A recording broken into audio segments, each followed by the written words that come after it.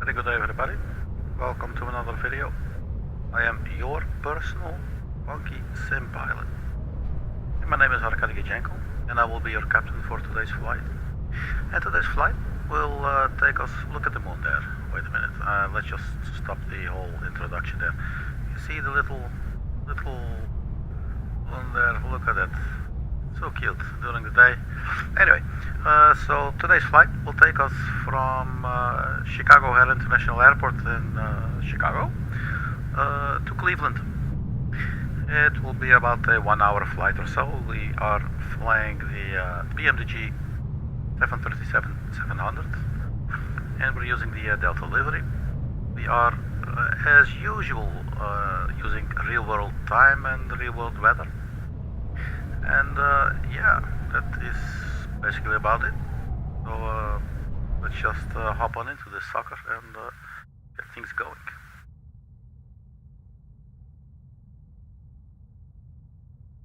Let me just do a real quick sound check. 1 second, please.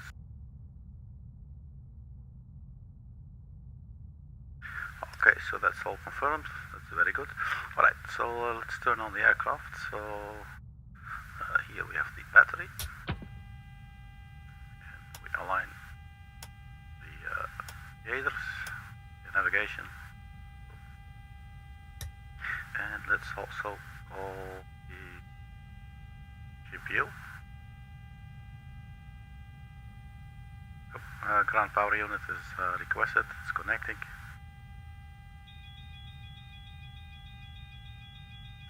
It is now available. Let's turn that sucker on. Logo lights on, the collision lights on. That's also, yeah, why not this as well? Get the panel lights, the integrated lights. There you go. We're going to do this here as well, before we do anything else. I do need some lights, you know what I mean.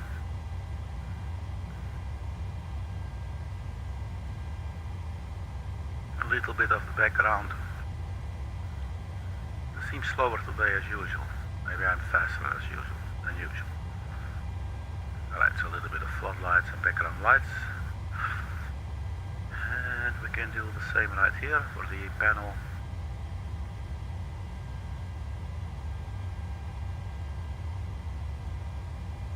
Alright, so let's set a squawk code there of 31. 21. We go to TA only. And I believe for the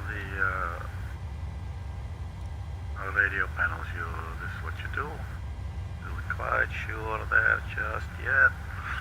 Alright, so let's get our flight plan. So we turn our attention now to the EFB again. This time we go to electronic flight bag and we start on this page. We click request data from SimBrief and we get Delta Airlines 812 and we have our little flight plan right there.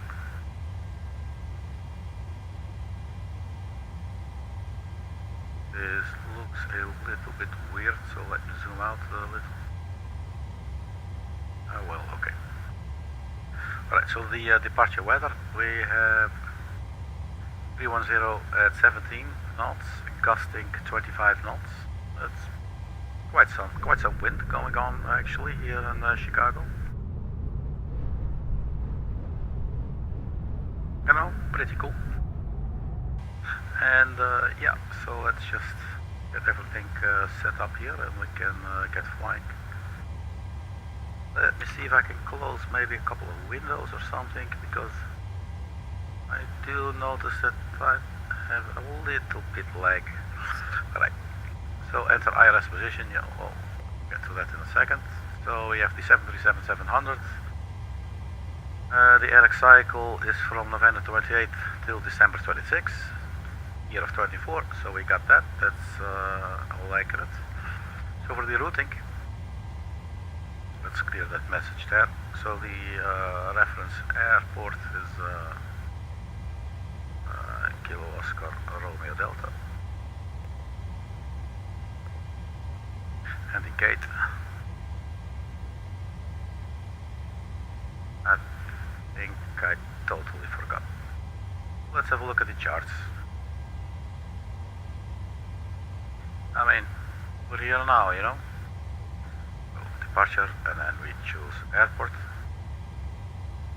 And I guess we could do parking gates.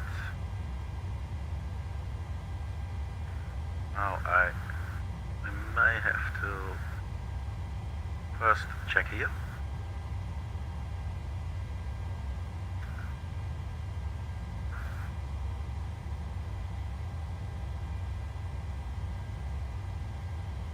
Just to see whereabouts is that we are. So here we have the main airport area. And we are in this little, I don't know, A-shaped thing. Kilo. So then, let's have a look at parking gates. I do not believe we can show ourselves on the parking gates. So it should be there. And I believe kilo 12. I believe could be that I remember that we are at kilo 12. Let's just put that in. It's not the end of the world if it's not totally correct. So, kilo 12. It doesn't even recognize it, so, you know, forget it. Yeah, but yeah, we got my fucking cash. Okay, so we do it like this, route. And then we click route request. We have Kilo Oscar Romeo Delta, Kilo Charlie Lima Echo. And we set the payload and we set the fuel. And now I do want to check again. It's still again back on pounds. So PMDG setup. Aircraft displays, go one page back from the end, page 9er, we say metric imperial units, kilograms, and now we got 4.9 tons of fuel. We then check the OFP, we should be able to confirm that.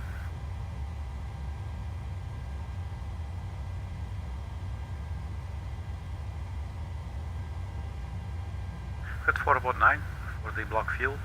We have 2.1 or 2.2 if you will, we round it up. 2.2 for the final reserves. Then we are cruising 370, cost index 7, average wind 303, 073.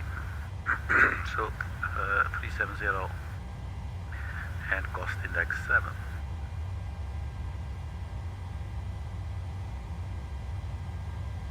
Right, so let's put some stuff in there.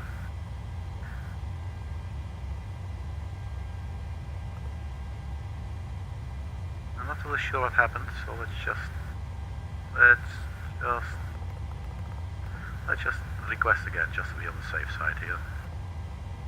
So we set payload, we set fuel, and we select the route. There you go, request.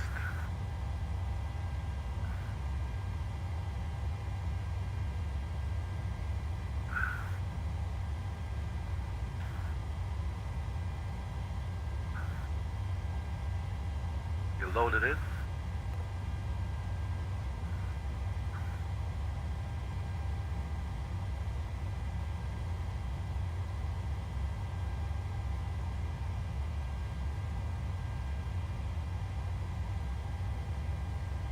And we activate and execute. So we got that now. We have a very short little simple flight plan. Let's go to the departure page. So our departure will be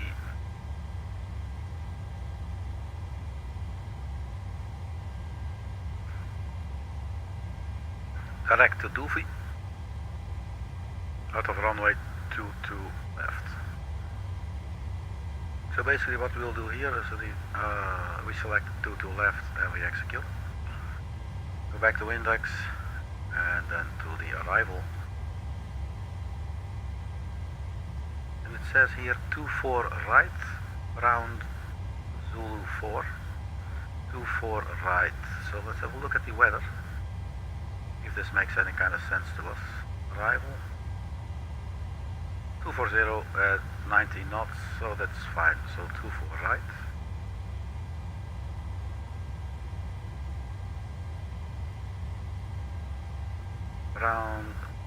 Round Zulu 4. So ILS 24 out right and Brown Zulu 4. And execute. Now we should have a flight plan. There is a little discontinuity. We'll have a look at that later. So now the performance, so the weight and everything. Fortunately we can click on the zero fuel weight. The planned fuel, it says here 5.0.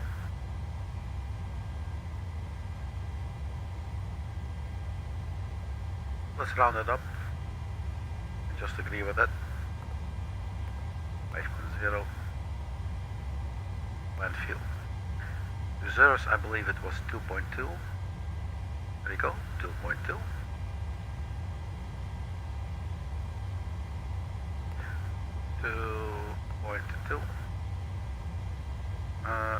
Click something. Hang on. In it. Alright, so reserves is 2.2. Just like that. Cost index was 7. The cruising altitude was 370. The cruising wind was 303 at 73 knots. So there you have it. Unable to 80 knots at Browns. So we'll look at that later. So this is now laid in. And if we go and one limit for the takeoff, we will turn to our calculator for the performance of the performance tool. Import from OFP, import from aircraft. So we got right, the departure runway. This is 7.4, 7.5. You put it in here, not yet. Okay, import from aircraft. We got that. Import weather 3029er. Calculate. It gives us a takeoff 2 with selected temperature of 44, which should give us a 83.0 percentage of N1. So takeoff 2, 44 should give us 83. Probably not going to happen for some reason. Takeoff 2, 44 degrees. And that is not quite right. And then we go to the takeoff. And it says here, flap 1. 129, 129, 133. So, flap 1. 129, 129. That actually does the match. And then this was 7.9er, I believe it was the runway length. 7.5.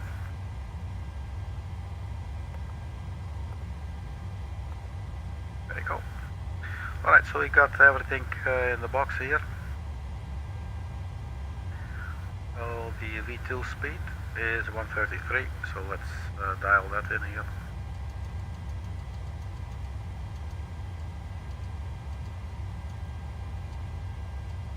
So the ADS are aligned. So we will get ready now. Turn on the fuel pumps. And we can turn on the yaw damper now. We turn on the APU.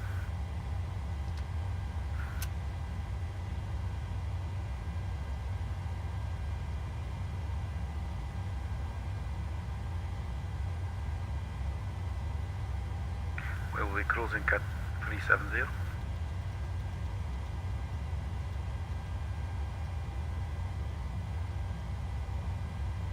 Turn on the seatbelt sign, hydraulic pumps, probe heat, and window heat. I think then we got most of the stuff done.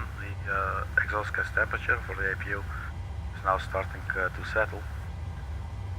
Once it is settled around 4 there, or 400 fuel, we are looking at a steady APU, and we can turn on the APU bleed. So looking at this, I think we're totally good to go. Let's have a look. FMC unable 280 knots at Brown. So let's have a look at the legs page here. 370. I'm wondering why. Now I'm just going to add these two together.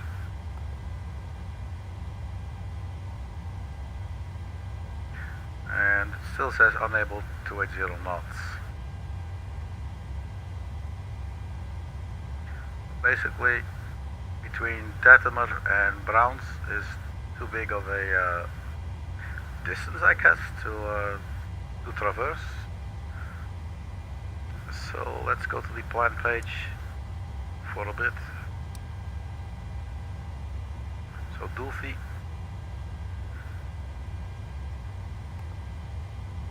LOGGR, DETMR, Browns, zoom out a little bit.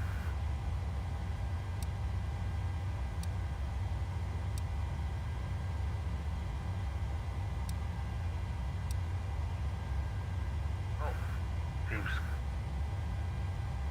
quite apart. 128 to 129 nautical miles. Surely you should be able. I'm not like this. Let's just clear it out. Okay. So we are on APU. So let's turn on the APU generator as well. The aircraft is now switching over to internal power. So we can get rid of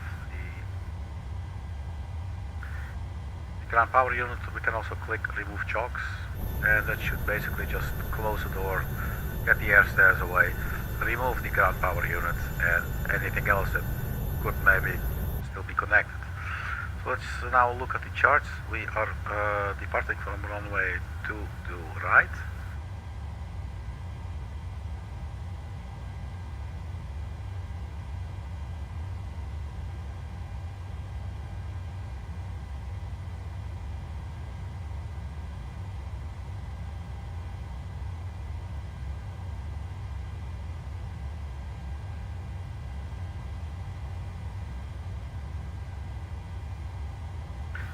Yeah, because basically what we need now is a chart that is not loading. Oh, it just loaded.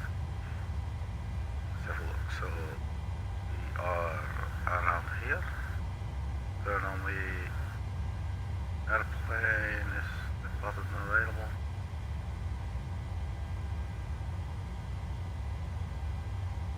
There we are. And 2 to right, all the way over there. That's quite a drive.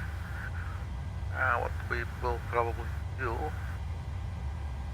is November, Mike, crossing 27 center, crossing 27 left, and will we take a left or a right here? I am wondering. I'm guessing we will push back nose to the right, we go south, and we basically follow uniform here all the way around to Mike, and then we cross 2 runways and something like that. So basically we'll push back nose to the right. Let's start with that.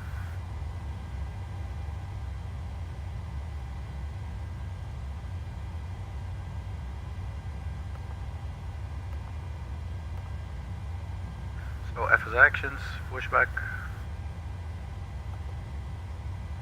nose to the right, looks like the TBX 200, whatever the hell it is, and start. Go ahead. We've been cleared for pushback and start. They want the tail to our left. Roger that. Ready to push. Tail to the left. Parking brakes off.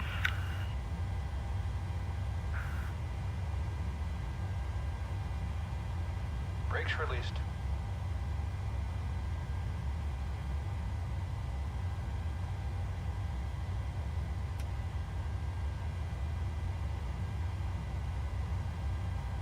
Brakes released. Here we go.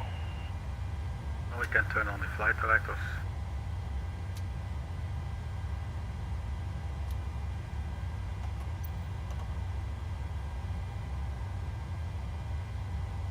Alright, so let's start up. Second.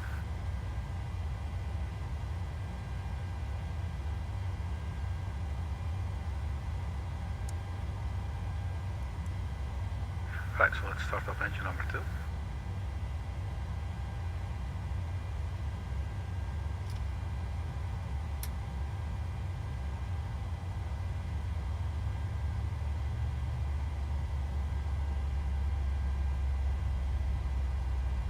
There goes the N2 percentage.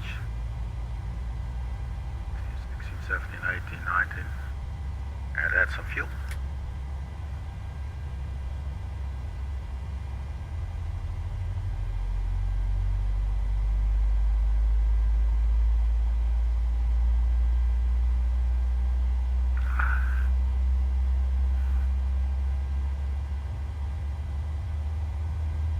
Let us check the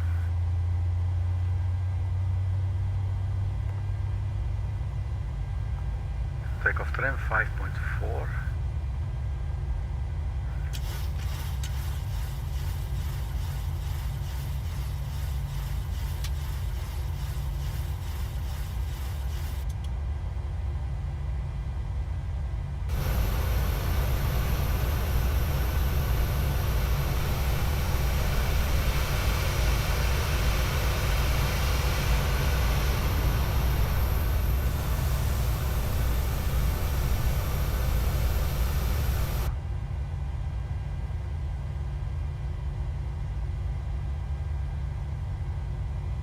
Right, so that engine is done. Engine number 1. And the N2 percentage will start to shoot up. Once that reaches about 20, we will introduce the fuel. Pushback complete. Parking brake set. Pushback's been completed. Let's introduce the fuel here first. Okay. So I think we should set the parking brake. Brake set. There you go.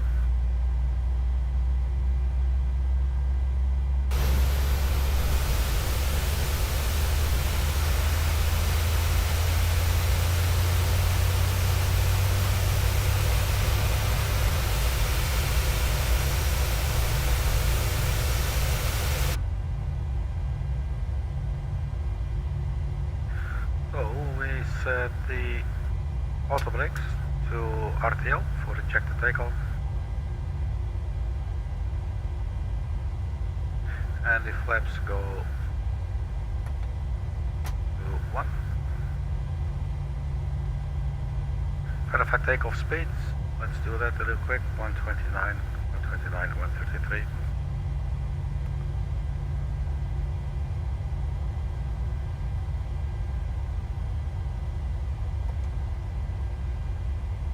So the LNAV is not yet responding. That happens sometimes, I'm still not really sure why.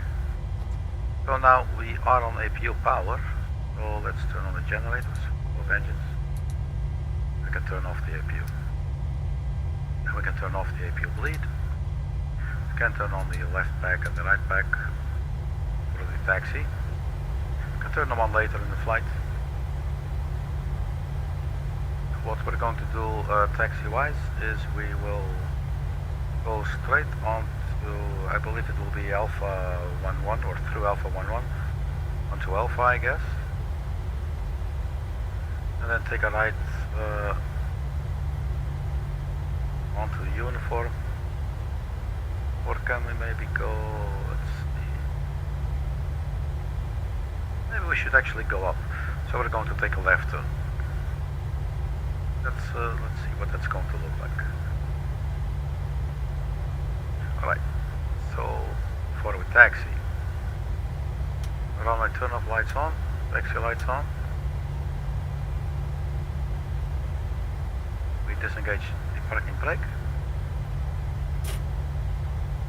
And let's get going.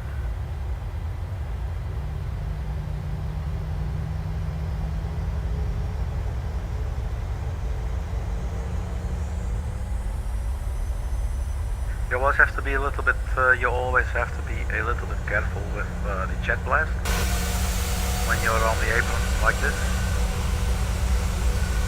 Usually they don't like it very much if you, well, basically you blast your jets. So you have to be a little bit careful there.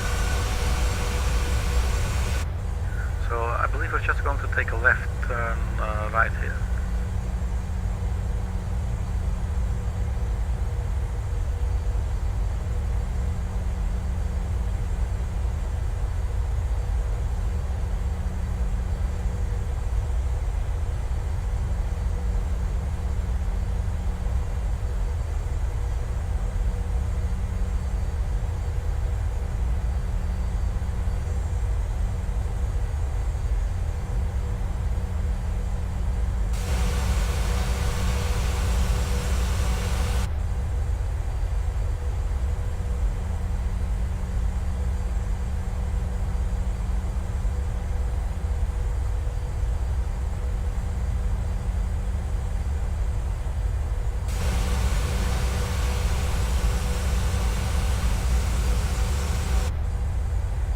Alright, so we'll be taking a little bit of a right turn.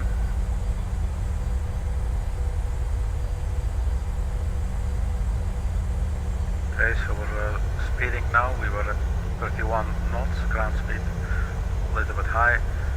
If you want to take a turn like this, go for at least, go for a maximum of 15 knots. So we're now at 15.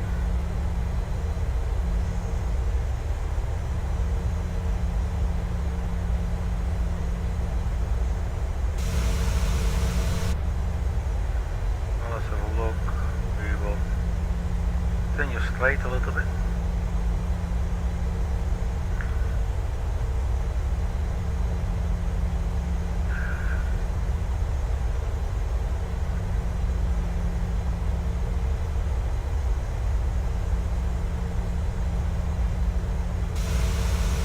This is not quite what I wanted, I think. Let's have a look here real.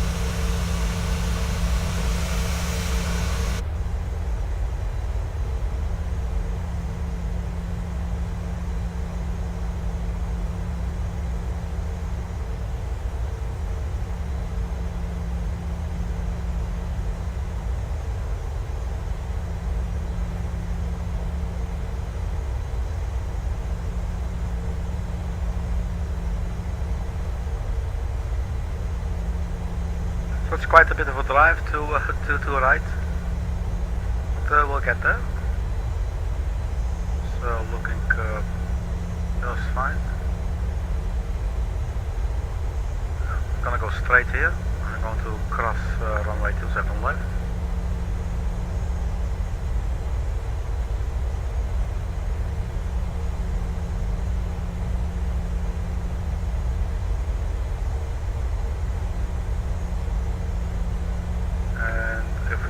Straight, but also we'll have to take a little left turn here.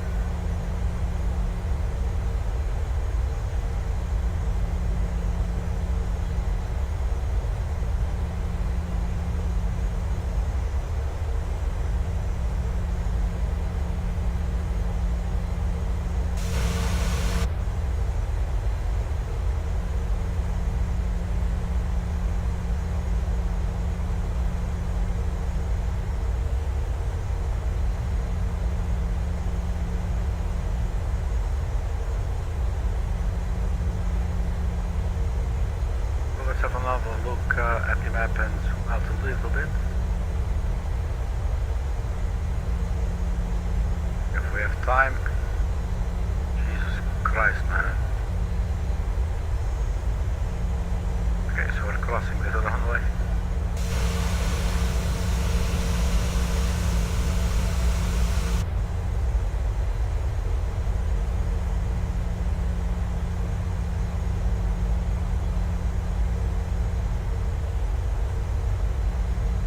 Then we turn left onto Delta, right onto Mike.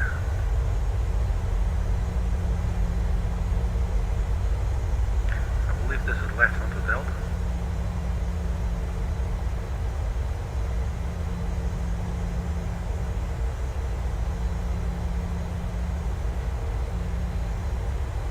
There you go, Delta. Sorry for the poor camera work, but there it says Delta, there you go. And then we go right onto Mike.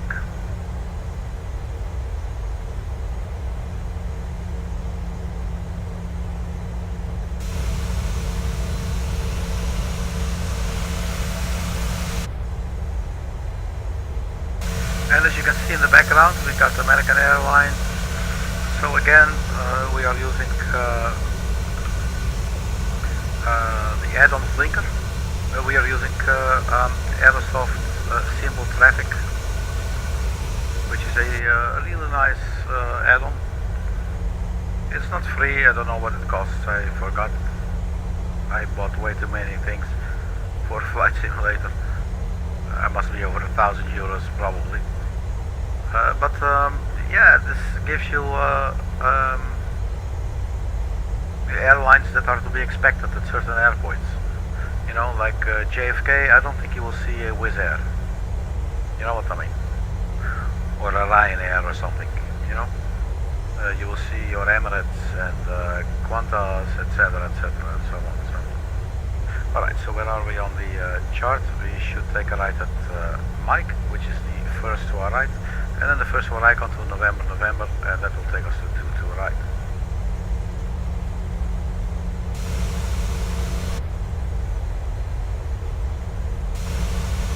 I believe we are missing our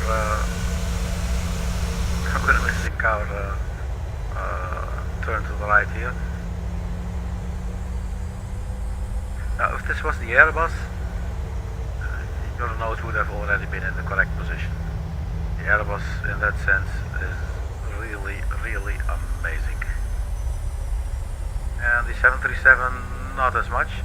But I must say, when you are on the runway and you just landed, the 737 is a lot more stable, and then as opposed to the A320 by Phoenix, you touch down and you go a little bit rather left or a little bit rather right, and just the nose just shoots to the left or to the right, you know, like unforgivingly.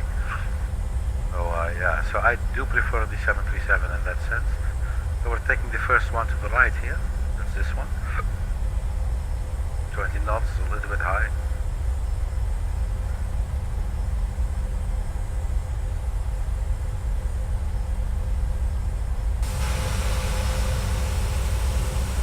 So that's our runway, right here.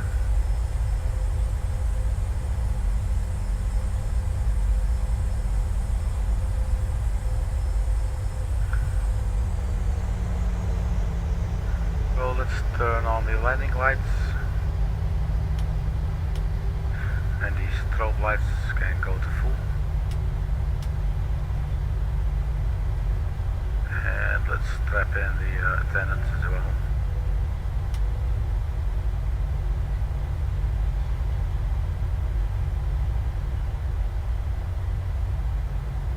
So let's line up.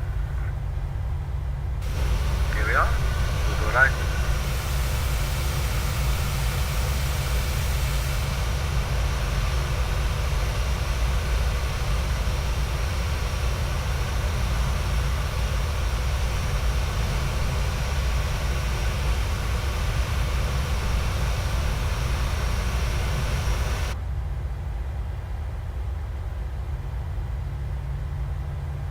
So we got quite a bit of wind from the right, as you can see there, the windsock.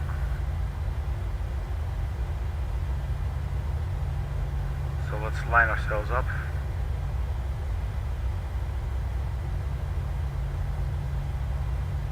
My apologies if this does not look too professional. Alright. So we got the parking brake set for a second. I just want to check the wind. Here on the current airport, Warsaw Airport, 300 at 12 knots.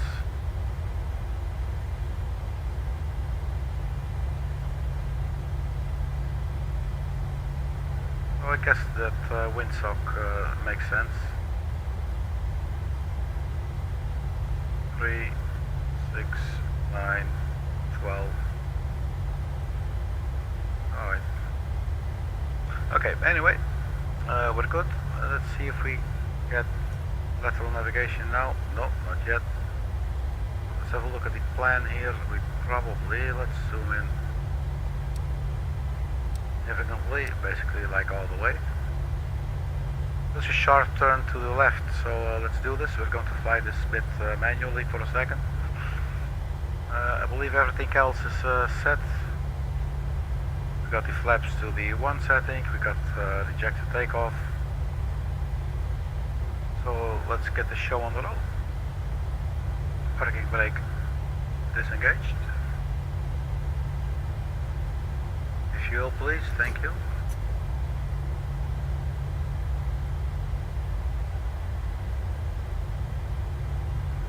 Sure, let me quickly check something. Yeah, it's not on, alright, okay. So let's go to 50% N1. And then we let it stabilize. And we go to takeoff thrust.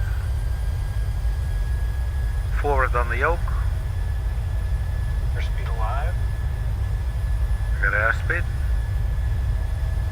80 knots. 80 knots, we can slowly release off the yoke. And we can definitely feel a pull on the right side. So let's rotate.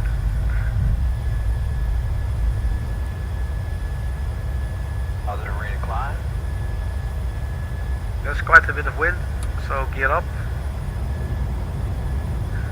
And let's see if we turn on the autopilot. Let's see, we forgot one thing actually.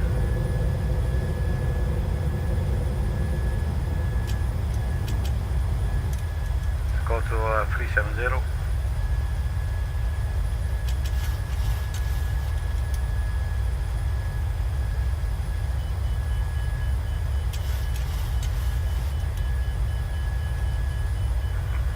And we got lateral navigation as well. Okay, so that's good news.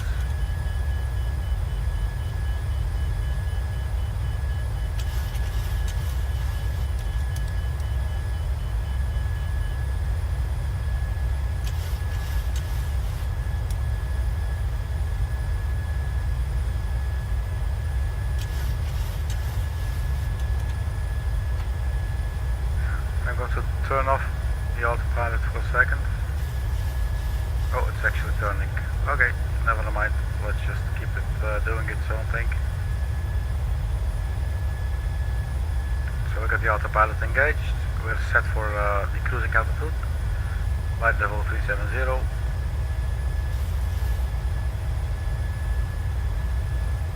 The flaps are up. Let's clean up the auto brake.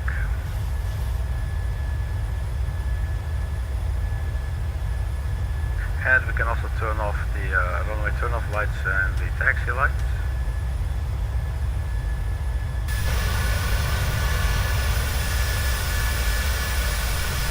So let's go to Cleveland.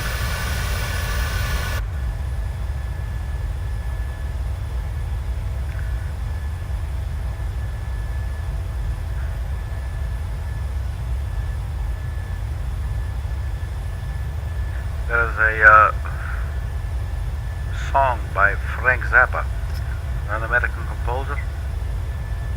The song's called Let's Move to Cleveland. And as far as I know, the entire song is basically just chords and themes and everything. And then when something comes around that looks like sounds like a chorus, they're basically singing, "Let's move to Cleveland, ba-da-ba-da-ba-da-ba-da-ba, wow, ba-da-ba-da-ba-da-ba," and I think that's about it. It's the most peculiar thing, and actually it's quite a cool song. So check it out. It's Frank Zappa, and the song is called "Let's Move to Cleveland." So what we're doing today is we are flying to Cleveland. So we're just taking off here from Chicago, O'Hare International Airport.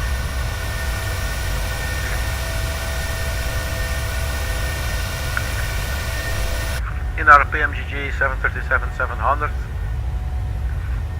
Let's have a look here. We're passing 10,000 feet. We're still at about a 10-degree pitch, and now the nose is dropping a little bit. So I think we can release the passengers. We can release the cabin crew in any case. Seatbelt sign goes to auto. Turn off the landing lights. I believe that is basically about it. It's not going to be a very long flight. Let's have a look at the descent page. 1924 Zulu will be our, that's basically 20 minutes, will be our top of descent.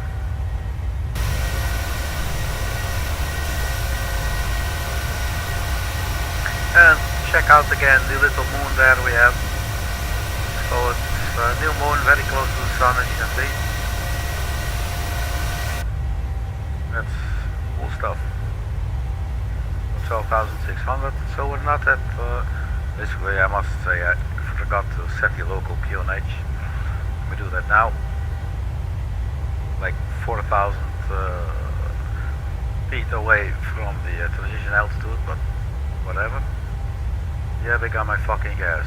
You know what I mean. Hey man, I mean tomorrow is the day of the gig. Tomorrow was the day we could have been together and looking into each other's eyes, you know. But she don't say yes, you know. I'm going to go different places, right? You know what I mean. Oh, yeah, we got, you know. Yeah, we got my motherfucking ass. There you fucking go. Yeah, and you just funk the funk off. You know what I mean?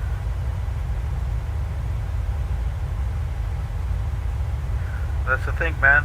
Could have been a date tomorrow, but she said no. You know what I mean? So we're leaving Chicago. We're currently over the water, as you can see. We're almost passing 18,000 feet. So let's go to standard barometric pressure. There you go. And we have about 142 nautical miles until the top of descent. And then we'll have to look at the flight plan, although it didn't really start complaining anymore, so maybe everything is okay. I will be stepping into the galley shortly. So I will be back within 2 shakes of 1 lamb's tail.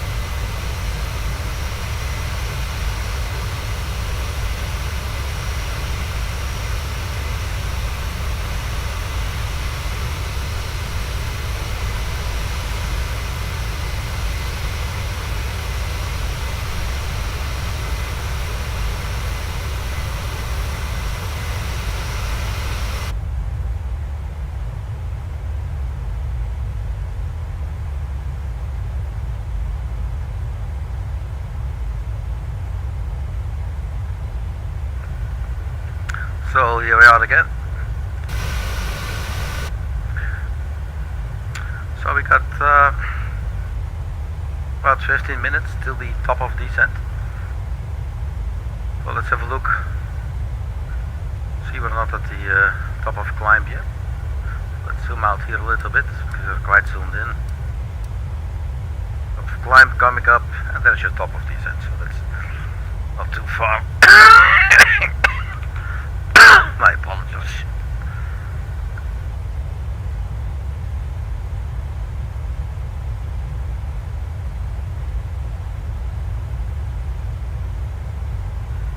Yeah, so I've been a little bit under the weather the last couple of days. So my apologies for that. Right, so we got some friends there. 1, 2, 3, 4. Pretty cool. That one's really close. And the really cool thing about the Aerosoft Simple Traffic tool that we're using is that these might actually have liveries, you know? That's something that you would see in this region, so American Airlines or Southwest, whatever. That's actually really cool. This one's a little too far away to actually see. Okay, anyway. 30,000, flight of 310, almost at the top of climb, which is 3,000, which is 370. So let's quickly have a look at our descent, or maybe start with the approach, the final approach, preferably. And before we do that, let's do one more weather check for the arrival. KCLE 250 at 16 knots, gusting 29. So it's quite gusty. So let's have a look at that. Let's see the old speed. It says that our runway is 24 right. We'll go to arrival, approach. First, still loading the arrival though.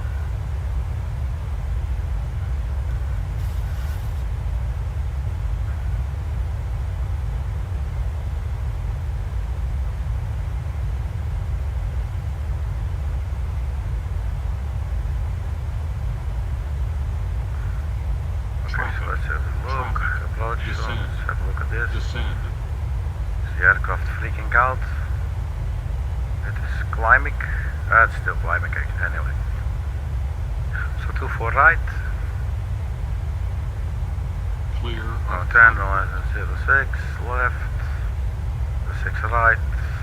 24 left. 24 right. I believe it was 24 right. Was that correct? Traffic.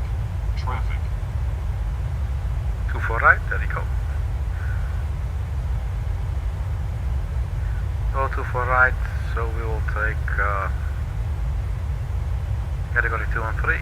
So let's put a pin in that one and let's have a look at it. The localizer is 111.55, course 238, and the glide slope starts at 2,000 feet, and we have a radio altitude of 100 for the decision altitude. The airport is elevated at around 800 feet above sea level. So 111.5, 238.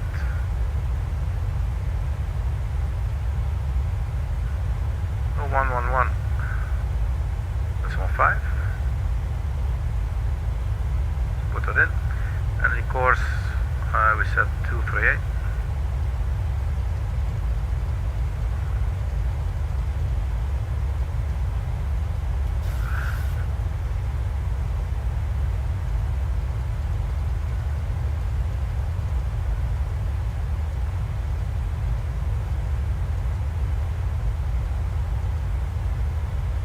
So that's laid in.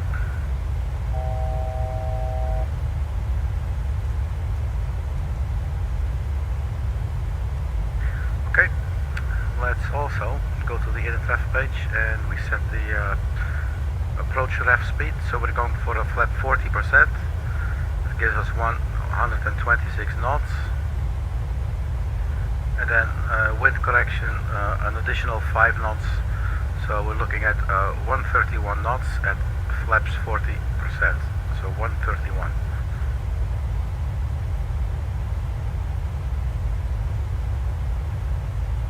Okay, so we have 2,000 feet. So as soon as we are at the top of climb, which basically we are now,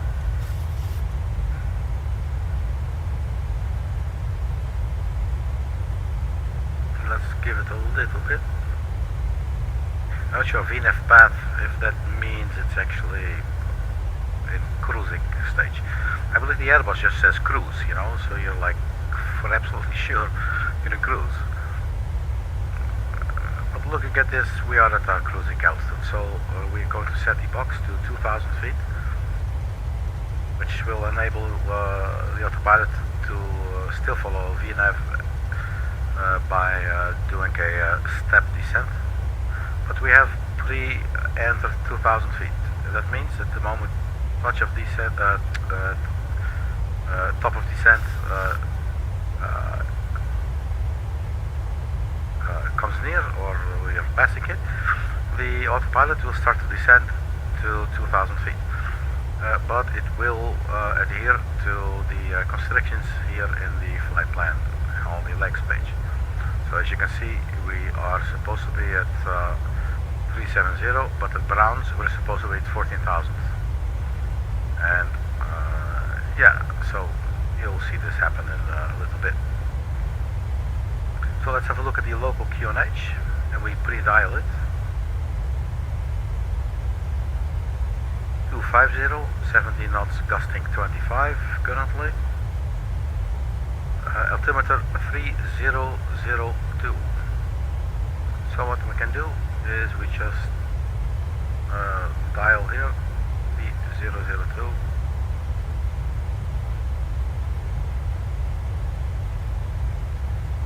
It's a little bit hard to see because you have to look here, which is really small, but you also have to look up there to make sure you get the button. So yeah, that's a little bit of a bitch. I believe it was 3002.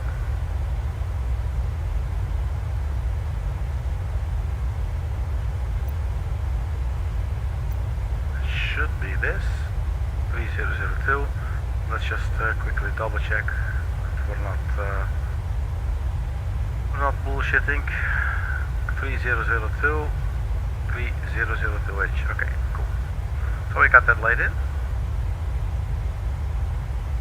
Then let's have a look here at the flight plan. Okay, we're going to have to go to the plan page and zoom in, I guess. So, plan page, and we zoom in by, I don't know, to 20 miles. So DETMR. Rounds, we should be there at below 40,000 and above 11,000. Then comes Tricky.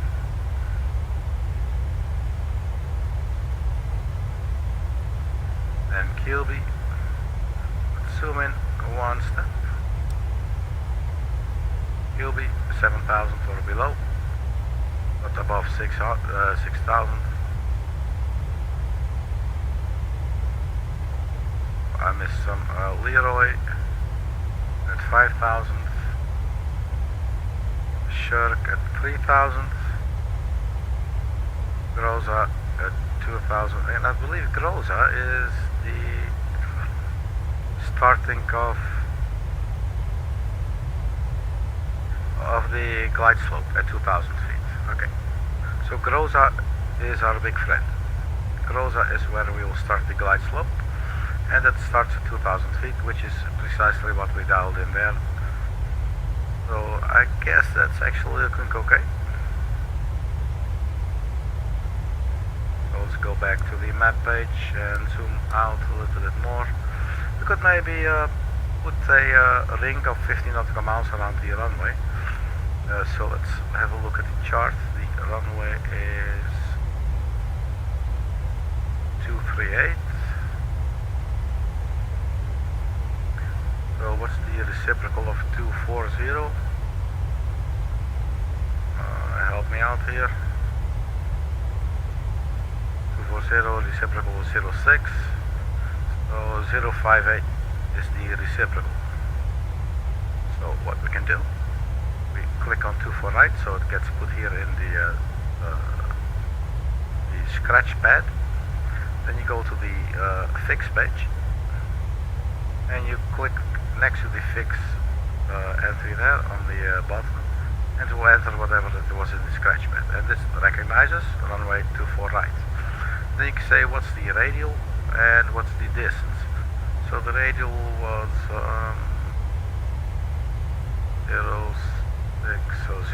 058, and the distance of the ring will be, let's make it 50 nautical miles. So if we click on this and we do this, we will have a 50 nautical mile ring around the touchdown zone, the ILS, and from that ring there will be a line, and it will moving into the direction of 058 degrees, so sort of like this, which is the reciprocal of the runway. So basically you have an extended runway center line. So if you now look at the plan page, I can show you this in great detail. Here you see it already. So you have the ring. This is 50 nautical miles around the center, and here's the extended runway center line. So yeah, you will see this when we get closer, but this will really help out. This will just basically support and help out with your situational awareness, you know. So we go back to the map page, and now let's put it on 160 nautical miles. It's a little bit crowded there.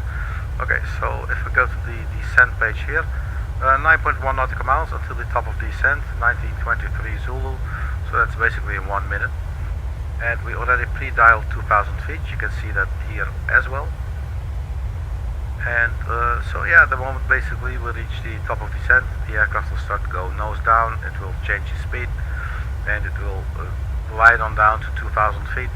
But if there's any constrictions in between, when taking into consideration all the next waypoints that it should follow for the lateral navigation, it will actually follow the vertical navigation as well. So it will adhere to the altitude constraints, basically. That's what it will do.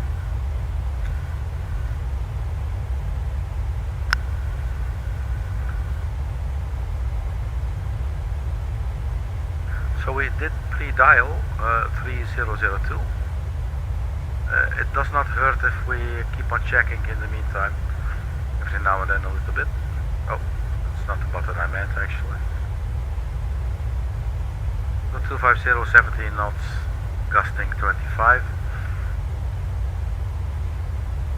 Still 3002. I can hear the engines going to idle. Having my hands full for a moment. Okay. But you can see retard, the comment keyword retard, and you can see the angle of attack is 2,150, 2,200 knots, feet per minute descent rate, because it's pointing down. And actually you can see the altitude change as well.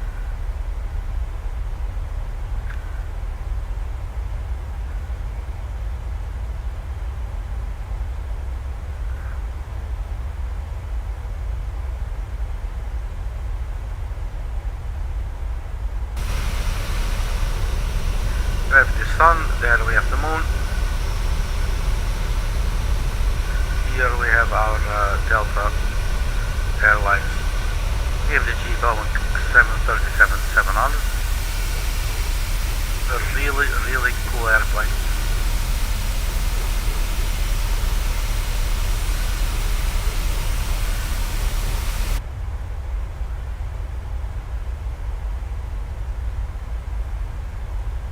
Yeah, so I guess we should just follow. If we go to the descent page, and I believe we're still there, we are not. Descent page, you can see here the vertical deviation. So we're only at 23 feet low, 22 feet low, 23 feet low, 24. In other words, we're basically spot on. So we're just following the vertical descent profile, basically. We have some traffic. But we are descending. You can see this was going from 10 to 11 to 12, 13, so that's not going to be a problem. This one as well. This is also in cruise at least, or climbing, so yeah. So these will not be a problem for us.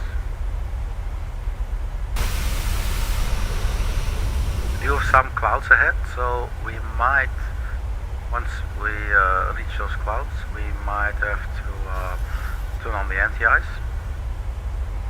Let's also have a look quickly at the airport elevation. That was 800 feet. And these increments are 50, I believe. We can put it on 100, that's fine. Okay, so let's, for now, actually we should have put these on continuous, I believe. Let's strap in the passengers.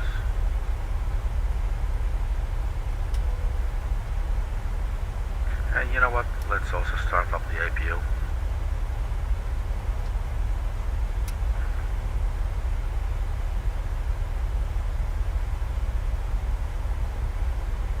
So still descending, we're basically following the descent profile. We're a little bit high, 43, 41, 43, 40, 35, so we're basically still chasing the descent profile, and we're doing a great job at that. We're definitely going to hit those clouds at some stage.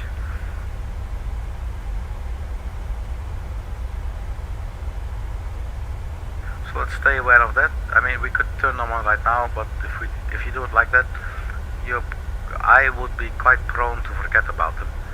So I would prefer to be prone right now to just forget about them altogether once we reach those clouds.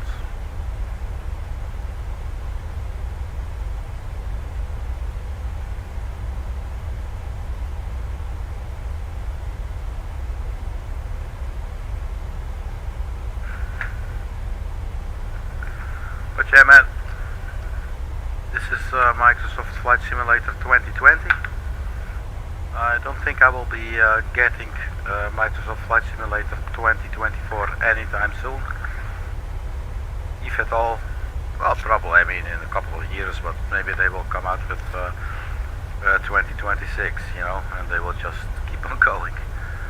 I don't know, I'm curious how they anticipate the users.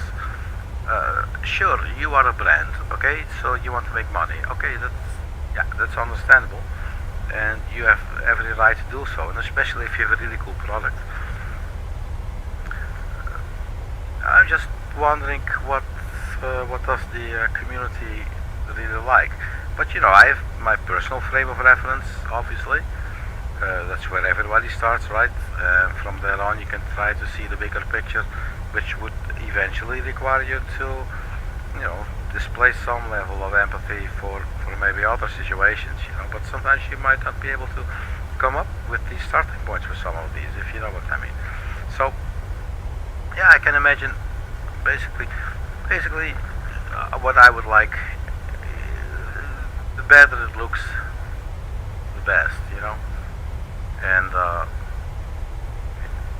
I mean, I'm coming from Flight Simulator 2002 on a little DVD from some, or CD-ROM, and then 2004, I believe, 2009, FSX, yeah, there was a SFX, and then at some stage, all of a sudden, bang, you know, there was 2020, and which is a absolutely gorgeous flight sim, you know, and not necessarily because of the airplanes, because I hardly play, if ever, fly any of the original airplanes, you know. I purchased a lot of payware aircraft, and yeah, but you know, the flight dynamics and everything, you know, Microsoft Flight Simulator does make it possible, you know. It's a two-way thing. It's just that their aircraft for 2020 are pretty poor. As I understand, for 2024, they actually used, for instance, for one or maybe more, I'm not sure, aircraft, they used Anybuild's developer team, you know. That's a team that knows what they're doing, you know. And it sounds a little bit bitchy towards Asobo, you know, like the way I'm saying it. Like Anybuild's, they know what they're doing, but you know, they do.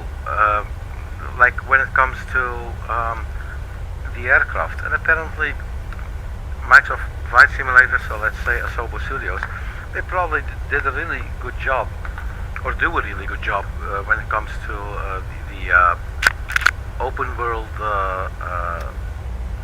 physics or something, you know what I mean? But it's really the developers who create amazing airplanes, you know? Like, for instance, in this case, PMDG, you know, sure, they make an external model, right? But it's not about the external model. It's really about, you know, what they do with the. Sorry, let's. I'm just trying to get a correct camera view here. This looks weird. Okay, I think this might be it. Yeah, there you go. Okay. Okay, so where are we now? We are descending 20,000 feet. We're still at, as we're 26 feet low, 30 feet low, so we're on the descent profile. That's beautiful. Zoom in a little bit here on the navigational display. Grounds. It was bitching earlier that it could not reach 280 knots. Grounds. We are already at 260 knots. It does say drag required. I'm just gonna be lazy and just do it. Although I'm a little bit hard-headed because, I mean, we're quite spot on, really, you know. But we could have a look at the legs page. We are now on our way to Browns, but it's still 27 nautical miles. 14,000, then 7,000 in 50 nautical miles.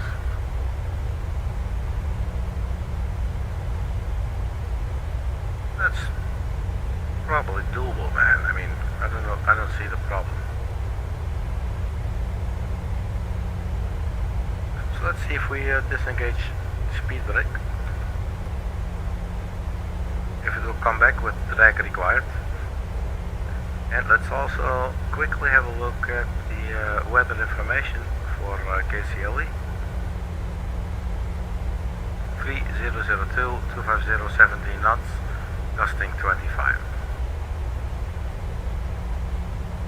That's perfectly fine.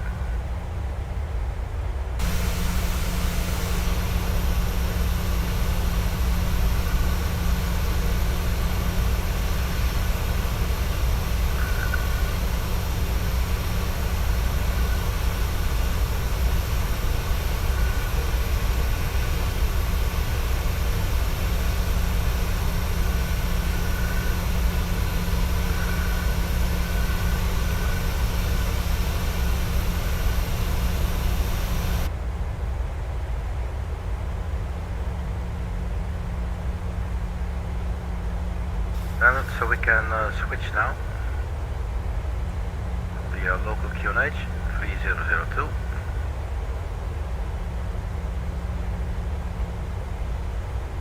And they're only a little bit high, it's perfectly fine.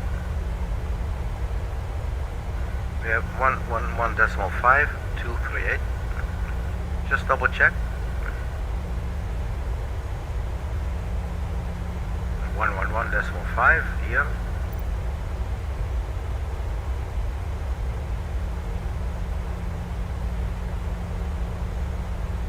238 and 2,000 feet at Groza.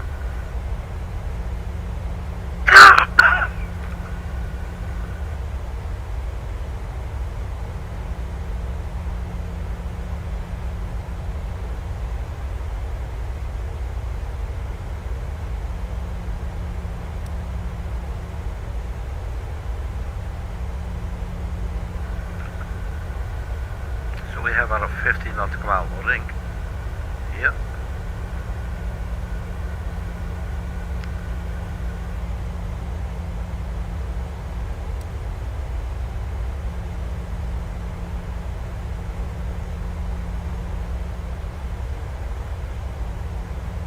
If we want, we could create a second ring.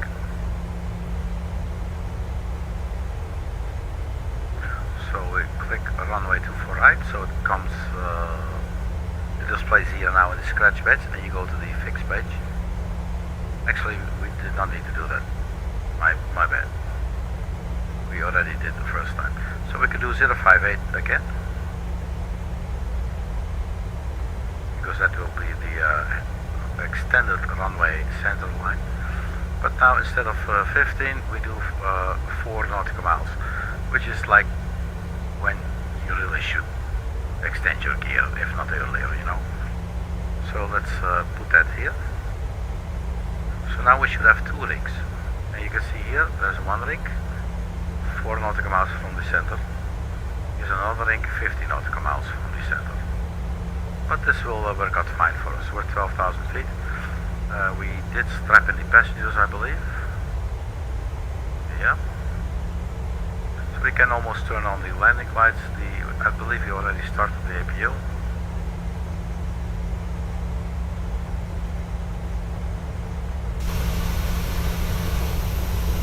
There's the clouds coming.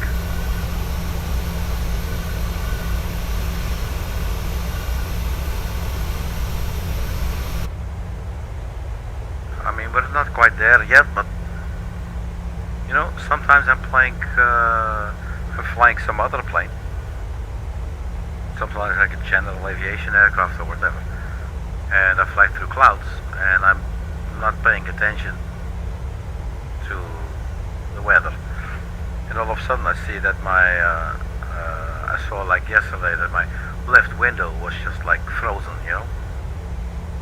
And then you turn on your window heat, and like a couple of minutes later, it's gone. You can look out your window again. And we've had this on the channel while streaming somewhere in South America, flying over some mountain range in the DC-6, PMDG DC-6, and I couldn't see shit, and I was descending, and I didn't have like GPS. I was just doing VOR to VOR, you know. It was actually a pretty cool video. And I managed to get the windows defrosted, you know, at the right time, basically. So yeah, this is actually a really cool aircraft. You should check that out as well.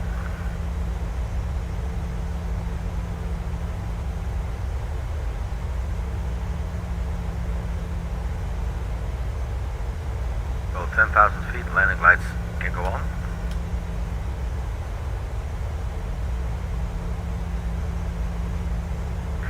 Actually also maybe oh, we could have locked the gear.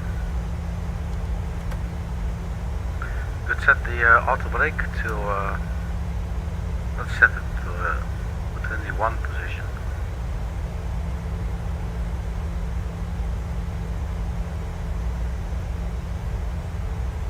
This approach, climb to 1700, climbing right, turn 23 on 3000.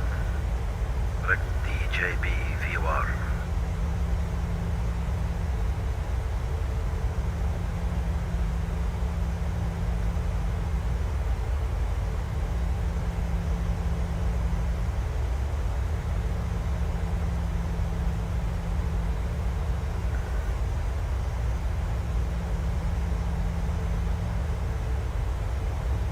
So 238 knots at 8,800 feet. Let's do another check on the weather. 3002, 250 70 knots, gusting 25. This was issued at 1907 Zulu. So probably in about either 1 minute or 7 minutes we should get an update on the weather, which we could use given the distance that we still have to go. So we're on our way to Tricky, 2.2 nautical miles. We should be there at 7,000 or higher. And QB, which is 3.1 nautical miles later.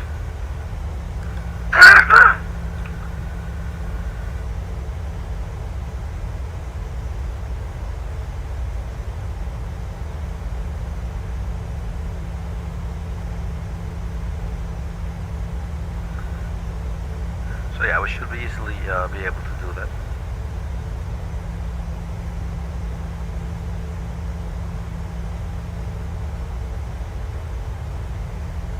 So here we have our range rings, 15 nautical miles. So basically we are already 50 nautical miles from the touchdown zone. We could press localizer. It's now armed. Still following lateral navigation, okay? Going to turn left. Let's zoom out a little bit here. See what to expect. Okay, I guess we have to zoom in.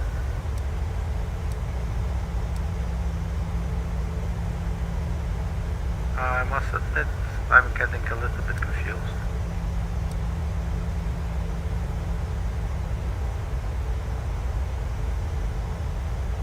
Vector, that's it, from Leroy to Shirk.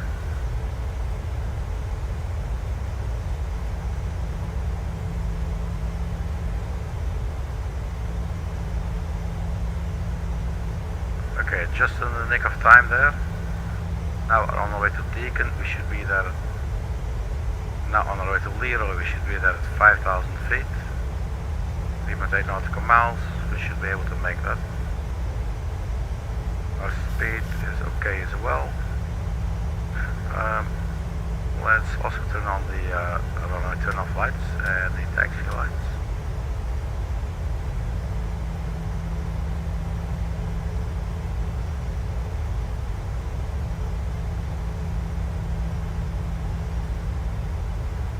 So yeah, we can see we're like 50 nautical miles from the ILS. We'll take a right turn. Here's your 4 nautical mile mark. This is the extended runway center line. So we'll be taking a right turn. Here we should decelerate. So let's have a look at the speed. I believe it was 138. I'm not sure.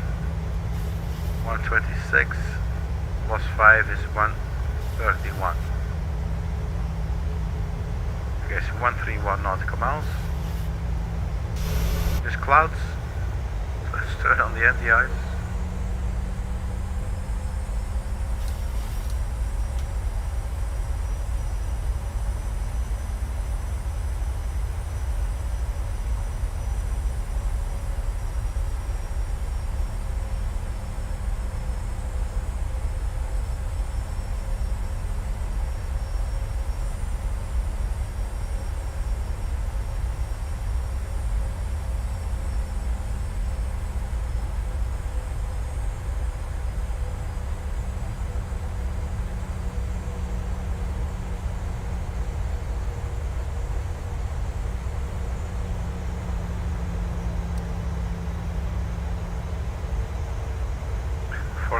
Feet. The glide slope starts at 2,000. We did arm VOR, or the localizer, I must say. You see it there in white, so that is armed.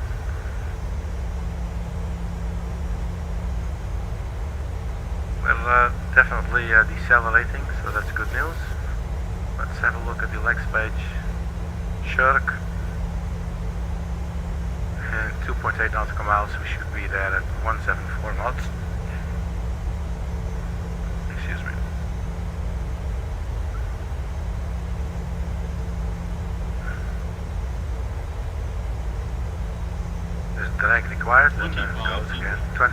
feet, okay. Let's real quickly get the latest weather. 3003, that is 1 digit, let's change that. There you go, 3003.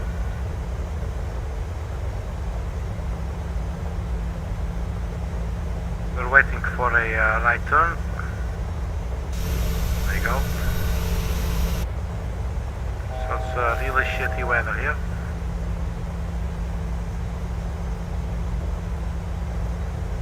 We are not intercepted by the localizer, as far as I can tell.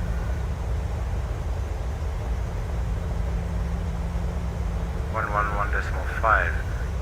It was 111.55 maybe. Shit. 1 second.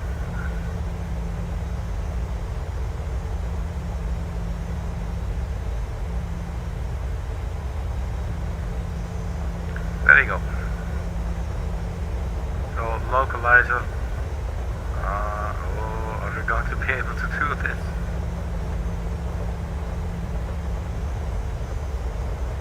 Yeah, we are on the localizer approach.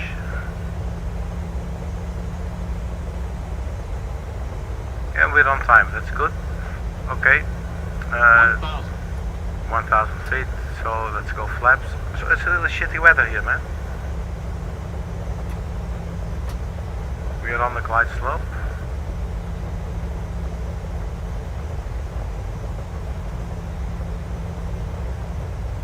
We are 2 nautical miles, so let's drop the gear.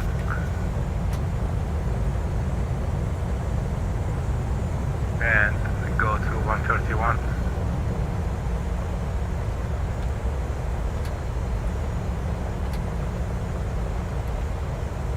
Shit.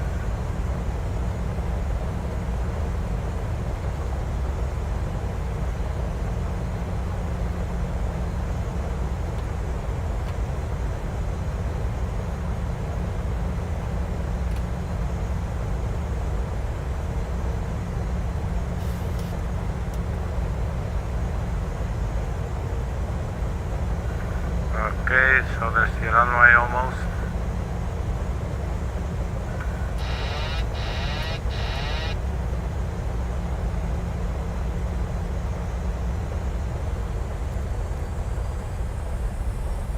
I'm not sure if disengaging the autopilot.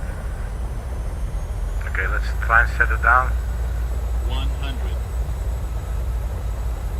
Okay, my apologies, man. This is really bad.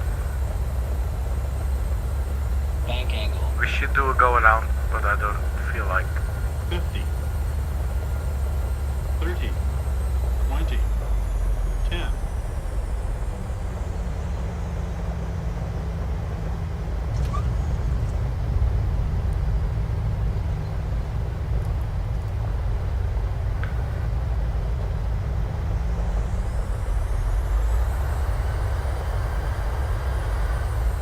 We actually made it.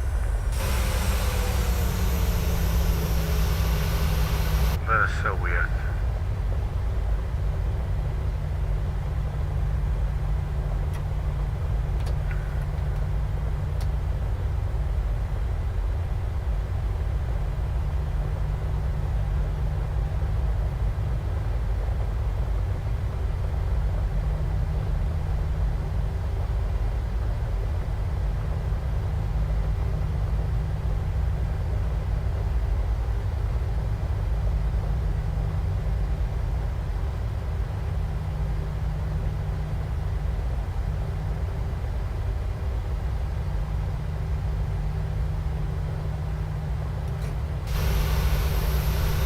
So yeah, I guess welcome to Cleveland. So thank you very much for checking, and everybody stay funky and contemplate on the people who love you. They are important in your life. Alright, see you later. Bye.